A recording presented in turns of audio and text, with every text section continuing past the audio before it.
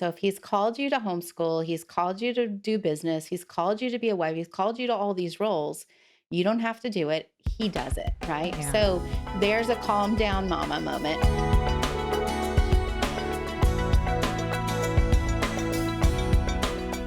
Talk about balance. Talk about how can we balance working from home and homeschooling at the same time? How do you do that? What does your day look like?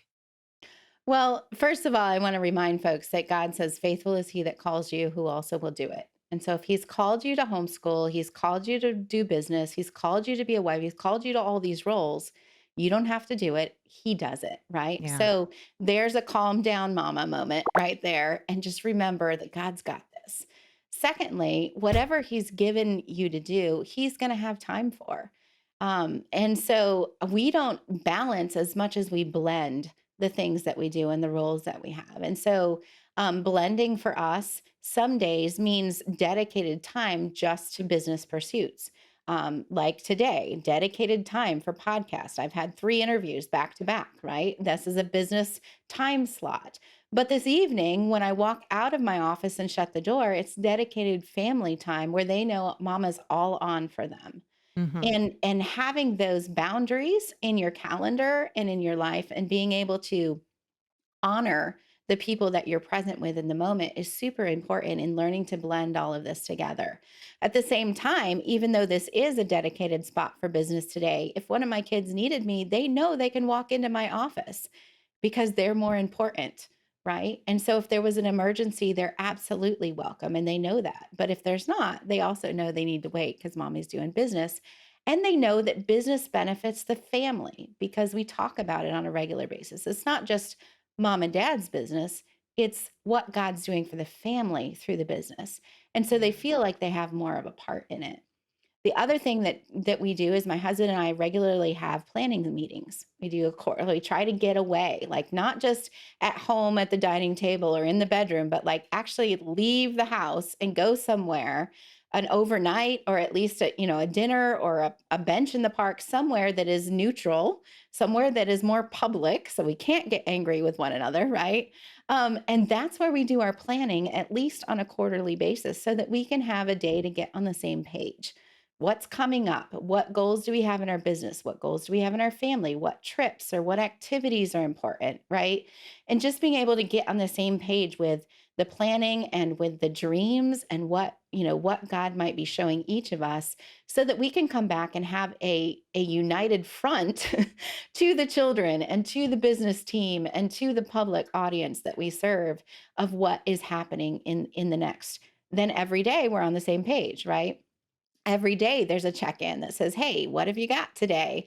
"Well, I've got 3 podcast interviews back to back. I'm gonna need you to keep the kids quiet for that time," right? Or, "I've gotta go do this errand," or, my husband may need to run and help a neighbor fix something, or, he's a baseball chaplain here in our city, right? And so it's just daily coordination as well with, "Remember, we've got this today," or, "We've got a braces appointment," or, "There's that music lesson we gotta get him to at 5 o'clock," and just that daily communication that keeps us working as a team and being able to blend those responsibilities in a way that looks beautiful in the end instead of causing friction. Yeah. Yep. I think that one of the other things is for moms maybe who their husband isn't home, he's not part of their business. He's working his job and now you're home and you really need to figure out what to do. Making your husband not necessarily part of your business, not as your business partner, but talking with him through whatever it is that you're trying to do and having him pray with you and for you and taking his advice to heart, and if he's not supportive of something, and if you're married and your husband's not supportive of you doing a specific business, I would say don't do it. It's more important to honor your husband and protect your marriage than it is Right. to run Unity with is something super important. that, yeah, then you think is, this is what I want to do and I'm going to do it no matter what. That can be a really dangerous place to go in your marriage.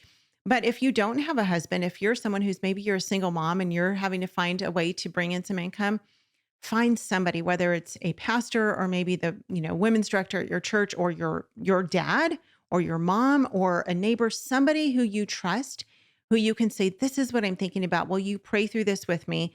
Will you hold me accountable? Will you help me in some way? and have other people in your world who can help walk with you through this journey.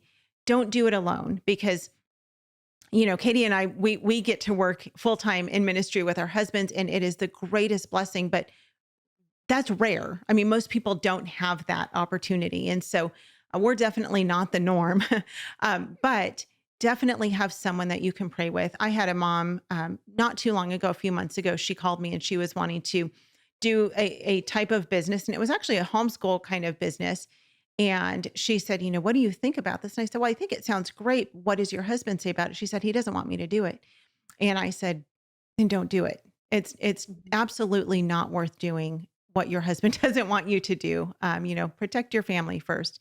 But the other thing I would say is, if you've not yet read Dorinda Wilson's book, The 4-Hour School Day, that's an excellent book. School doesn't have to take as long as what we think it needs to take. And so school it needs to only take a few hours a day. So block out 4 hours a day or 5 hours a day or however long you need to block out for your kids and be committed to doing that. And then plan your business on the other end of it. School can take place in the evenings or even on the weekends. It does not have to take place Monday through Friday between the hours of 8 and 3. Homeschool Insights is sponsored by CTC Math. If you're looking for a great online math program, visit ctcmath.com and try it for free. For more great homeschool inspiration and resources, listen to the Schoolhouse Rocked podcast every Monday, Wednesday, and Thursday.